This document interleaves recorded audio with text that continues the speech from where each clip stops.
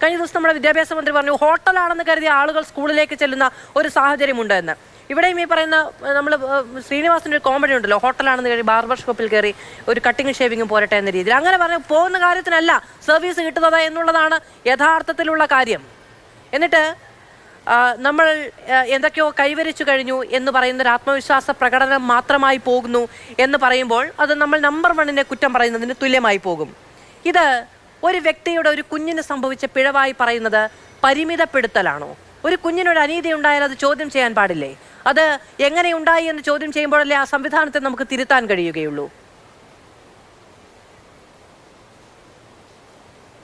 നോക്കൂ, ശിവൻകുട്ടി പറഞ്ഞിട്ടുള്ള ആ വിഡ്ഢിത്തം പറഞ്ഞിട്ടുള്ള അതേ കേരളത്തിലാണ് ഒരു വിദ്യാർത്ഥിനി വയനാട് പാമ്പുകടിയേറ്റ് സ്കൂളിലെ ക്ലാസ് റൂമിലെ പൊത്തിൽ നിന്ന് പാമ്പുകടിയേറ്റ് മരിച്ചതെന്ന് മാധു ഓർക്കണം. മാധു അല്ല, റെജി ലൂക്കോസ് ഓർക്കണം. ഈ ശിവൻകുട്ടി ഇത് പറഞ്ഞതിൻ്റെ 3-ാം ദിവസമാണ് ചെറുതുരുത്തിയിൽ വി കെൻ്റെ വീടിന് തൊട്ടടുത്തുള്ള ഒരു LP സ്കൂളിലെ കോൺക്രീറ്റിൻ്റെ മേൽക്കൂര ഭാഗം അടർന്നു വീണുകൊണ്ട് 8-10 കുട്ടികൾക്ക് പരിക്കേറ്റിരിക്കുന്നത്. അപ്പം നമുക്ക് എന്തും ഇല്ലാത്തത് എന്തും പറഞ്ഞ് വിശ്വസിപ്പിക്കാം. അത് പ്രചരിപ്പിക്കാൻ കുറേ ആൾക്കാരുണ്ടെങ്കിൽ അത് കുറേ പേരിലേക്ക് എത്തിക്കാം. പക്ഷേ സത്യം ഇതൊന്നുമല്ല. ശ്രീ റെജി ലൂക്കോസ്, അങ്ങ് അമേരിക്കയെ ഉദാഹരണമാക്കി, ഞാൻ ജാർഖണ്ഡിനെയും ഉദാഹരണമാക്കുന്നു. ഏതെങ്കിലും ഈ അമേരിക്കയിലോ ജാർഖണ്ഡിലോ സാർ ഒരു ICUവിൽ ഓപ്പറേഷൻ കഴിഞ്ഞ് അർദ്ധബോധാവസ്ഥയിൽ കിടക്കുന്ന ഒരു യുവതിയെ ബലാത്സംഗം ചെയ്യാൻ മുതിർന്ന ഒരു സംഭവം ഉണ്ടായിട്ടുള്ളതായിട്ട് അങ്ങ് ഗൂഗിളിലോ അല്ലെങ്കിൽ മറ്റുള്ളതൊക്കെ സെർച്ച് ചെയ്തപ്പോൾ 3.1% ഇത്തരത്തിലുള്ള ഒരു അപച്യുതി സംഭവിച്ചിട്ടുള്ളൊരു കാര്യം താങ്കൾക്ക് കണ്ടെത്താൻ സാധിച്ചോ സാർ?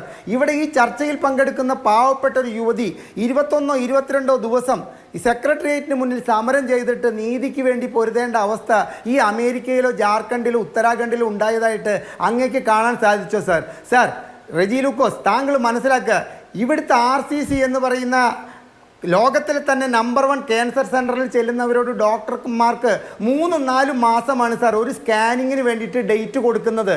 എന്താണ് ഒരു സ്കാനിങ് മിഷൻ, ഒരു MRI മിഷൻ, 2-3 മറ്റേ അൾട്രാസൗണ്ട് സ്കാൻ മിഷൻ, ഇതിൽ വെച്ചിട്ട് ആയിരക്കണക്കിന് രോഗികളെ ചികിത്സിക്കാൻ വയ്യാത്തൊരു സാഹചര്യം നിലനിൽക്കുന്ന ഒരു RCC. ഞാനിത് പറയുന്നത് എന്താണെന്നറിയോ? എനിക്ക് വേണ്ടപ്പെട്ട 4-5 ക്യാൻസർ രോഗികൾ അവിടെ പോയിട്ട് പ്രതീക്ഷയോടുകൂടി പോയിട്ട് ഡേറ്റ് വാങ്ങിയിട്ട് തിരിച്ച് ഗുരുവായൂരിലേക്ക് വന്നിട്ട് അവരുടെ സങ്കടം എന്നോട് പറയുന്നത് സത്യസന്ധമായിട്ട് പറയുകയാണ്. താങ്കൾക്കറിയില്ലേ, 2 മണിക്കും 4 മണിക്കും ഇടയിൽ മാതൃഭൂമി പ്രതീക്ഷ നടത്തുന്ന ഒരു ചർച്ചയിൽ കഴിഞ്ഞ 6 മാസത്തിലിടയ്ക്ക് 10 ചർച്ചയിൽ താങ്കൾ 4-5 ചർച്ചയിൽ താങ്കളുണ്ടായിരുന്നു. ഈ 10 ചർച്ചയും മെഡിക്കൽ നെഗ്ലിജൻസി, പ്രാഥമികാരോഗ്യ കേന്ദ്രം മുതൽ സർക്കാരിൻ്റെ മെഡിക്കൽ കോളേജ് വരെയുള്ള സ്ഥലങ്ങളിലെ ഡോക്ടർമാരുടെ അശ്രദ്ധ മൂലം രോഗികൾ മരിക്കുകയും ഇത്തരത്തിലുള്ള ദുരവസ്ഥ നേരിടുകയും ചെയ്യുമ്പോൾ ചർച്ചകളിൽ പങ്കെടുത്ത ഞാനും താങ്കളും ഉൾപ്പെടുന്ന ആ ചർച്ച നിലനിൽക്കുകയാണോ താങ്കൾ ഈ പറയുന്നത് ആരോഗ്യരംഗത്ത് കേരളം നമ്പർ 1 എന്ന്?